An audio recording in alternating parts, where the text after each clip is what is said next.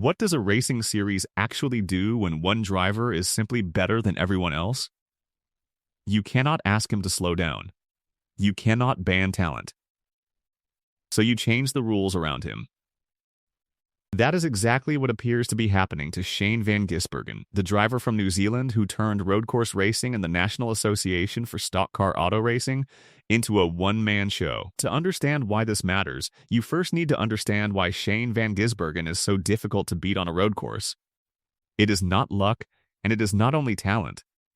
It is technique that most of the American driver pool never had to learn. The modern car, the Gen 7, runs a 5-speed sequential gearbox, and it is clutchless. A driver can move up and down through the gears without ever touching a clutch pedal. On an oval, that hardly matters. Turn left, hold the throttle. But on a road course, the way a driver handles gear changes shapes every single corner. This is where the background of Shane van Gisbergen becomes a weapon. He spent his entire career in Australian supercars, winning 3 championships in heavy machinery with a brutal H-pattern and dogbox. In those cars, clutch control, throttle blipping on the downshift, and driveline shock management were survival skills. He learned to load and unload the drivetrain with precision, and he learned to trail brake, carrying the brake deep into a corner while rotating the car on the throttle. So when he climbs into a cup car, he is not thinking about the mechanics of shifting at all. His brain is completely free to work the brake, the rotation, and the tire. And that is the real secret. It is tire management. The people who race against him say so directly, and they admit they cannot copy it. Chase Briscoe put it plainly after chasing him down at Sonoma Raceway. Shane is one of the greatest road racers in the world, and where he really shines is just tire conservation, Briscoe said. Less experienced road racers have to drive at the limit to keep up, and they burn through their rubber faster. Meanwhile, Shane van Gisbergen has a way of keeping the tire underneath him without making it angry. Todd Gilliland described the method. He said the way to drive like Shane van Gisbergen is to use lower gears and keep the car very straight instead of sliding the tires, but he admitted that has been proven very hard to do. Jay Allmendinger said the same thing in different words. Shane is really good no matter what, but that's what takes him to the next level. He's so good at being fast, but also taking care of the tires, Allmendinger said. He added, he knows how to manage that better than anybody so far. Even Kyle Larson, a road course expert in his own right, said flat out that Shane van Gisbergen is way better than the rest of them on road courses. The numbers back all of this up. Shane van Gisbergen now holds a 50% win rate in his Cup starts on road and street courses, winning 8 out of 16. For comparison, Jeff Gordon, the all-time road course leader, won 9 out of 47. He is now within 1 victory of tying Jeff Gordon for the all-time lead on the twisty tracks. So if he is genuinely just better, the question becomes simple. What does the sport actually do about it? Watch the language. Because the answer is already forming. The tools that used to bunch the field back up on road courses are gone. Since 2017, the series had broken every race into 3 stages with caution breaks at the end of the first 2. Then the rulebook removed those mandated stage break cautions on road courses. Those artificial yellow flags were the one thing that could erase a lead, take away the reset, and hand the field a fresh start. Without them, once Shane van Gisbergen is gone, he is gone. Here is the catch. The National Association for Stock Car Auto Racing is now openly talking about putting new competition controls back into road course events.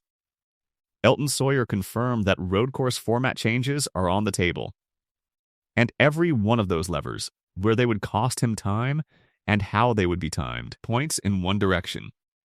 It is worth being fair here because sharp fans will notice. The removal of those stage break cautions actually arrived in the 2023 rules package before this dominance began. So the honest way to see it is this.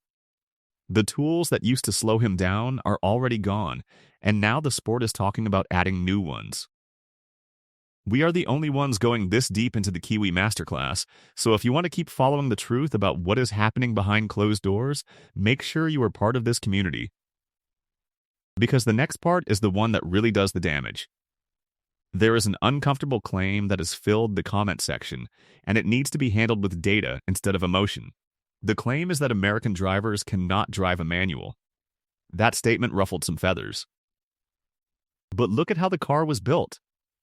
The Gen 7 deliberately made shifting easier. Clutchless, sequential, and hard to get wrong by design. That was a choice. The whole platform was engineered around drivers who came up on ovals and never had to master heel and toe, never had to feather a clutch mid-corner, and never had to manage driveline shock on a downhill braking zone. Shane van Gisbergen did all of that before he could legally drink.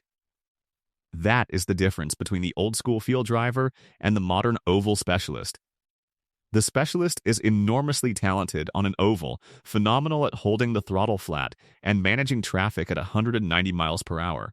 But on a proper road course, they are working on something Shane van Gisbergen is not even thinking about, and he is a step ahead before the green flag even drops. The streak proves it. He turned road courses into a near monopoly, winning 5 of 6 on the schedule in one stretch across Sonoma, Chicago, Mexico City, and Watkins Glen International. Denny Hamlin called him the most dominant driver in car combination on road courses in the history of the sport, and said nobody is beating him in this car for a long time. There is one honest exception worth stating, because it makes the rest of the praise believable. The Circuit of the Americas is the only road course he has not won in Cup, and the field is closest to him there on raw pace. It is a technical circuit that should suit him, which makes the gap there one of the few open questions about his road course game. Now follow the money, because that is what this is really about. The sport is a business built on big teams, big sponsors, and big American stars. Picture the boardroom. You have a driver in a Trackhouse racing Chevrolet, not one of the mega super teams, turning up and embarrassing the entire grid on the road courses. Fans love it. But the powerful teams, the ones with political weight in the garage, getting beaten by a road course specialist week after week is not a good look for the product they are selling. Here is the change that quietly does the most damage. The National Association for Stock Car Auto Racing scrapped the win and in playoff format. Under the old rules, 4 road wins would have locked Shane van Gisbergen straight into the playoffs with no argument. Under the new 2026 point system, winning does not guarantee anything. The 16 playoff spots go to the 16 drivers who rank from number 1 to number 16 in total points earned, period. The series now awards 15 bonus points to a driver for winning a race, but a road course specialist who dominates a few races while still improving on the ovals can get squeezed out anyway. Read the receipts.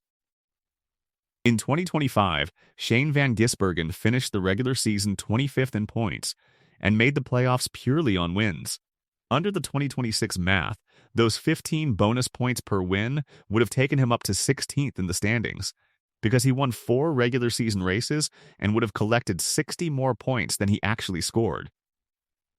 In is in, but only barely, and in 2026 itself, reporting showed him hovering right around the 15th to 20th range, weak on oval points and sitting 71 points outside the top 16 in oval points alone. A driver can win 4 races and still fight for a provisional spot. The outside voices see it too. Veteran Kenny Wallace said it directly. SVG winning 5 NASCAR races will not make the playoffs in 2026 because he is outside the top 16 in points, Wallace said, adding that the sport has gone back to the good old days and now rewards consistency. If you set out to design a rule that neutralizes a driver whose entire strength is winning specific races rather than grinding out oval points, you would design exactly this. So the fair question is whether it is a deliberate hit or just a convenient outcome. Convenient for whom?